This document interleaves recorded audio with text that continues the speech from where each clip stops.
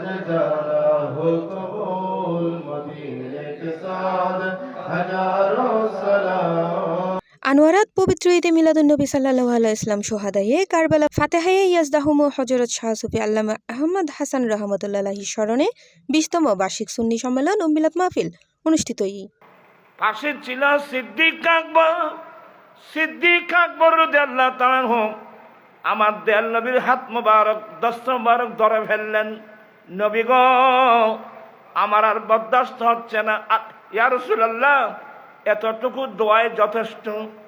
জানুয়ারি 3 তারিখ শনিবার দিনব্যাপী উপজেলার দক্ষিণ হাজীগাঁও পশ্চিম জিউড়ি এলাকাবাসী ও প্রবাসী হল যৌথ উদ্যোগে এই অনুষ্ঠান অনুষ্ঠিত হয়। দুজে হাজীগাঁও জিউড়ি কাদেরিয়া সুন্নি ইবতেদায়ী মাদ্রাসা প্রাঙ্গণত হানার আয়োজন করা হয়। পরে বিএলএ সুন্নি সম্মেলন অনুষ্ঠিত হয়। উক্ত সম্মেলনত হাজীগাঁও জিউড়ি জামে মসজিদুল খতিব হাফেজ মোহাম্মদ এমরানুল হক কাদেরি সভাপতিত্বে বারখান জামিয়া জুমহুরিয়া কামিল মাদ্রাসার অধ্যক্ষ মাওলানা মোহাম্মদ আব্দুল খালেক শৌকি, মেহমানে আলা আল্লামা মোহাম্মদ আবুল কাশেম নুরি, প্রধান বক্তা আল্লামা হাসান রেজা আল কাদেরি ও মুফতি আবুল হাসান মোহাম্মদ উমাইর রজবি, বিভিন্ন মাদ্রাসার আলেম উলামা ব্যক্তিবর্গ উপস্থিত আছিল। মিলাদ কিয়াম শেষে দেশ জাতি মুসলিম উম্মার শান্তি কামনায় দোয়া ও মোনাজাত করা হয়।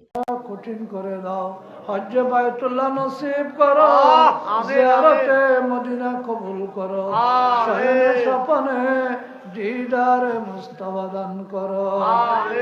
C plus TV, Chittagong.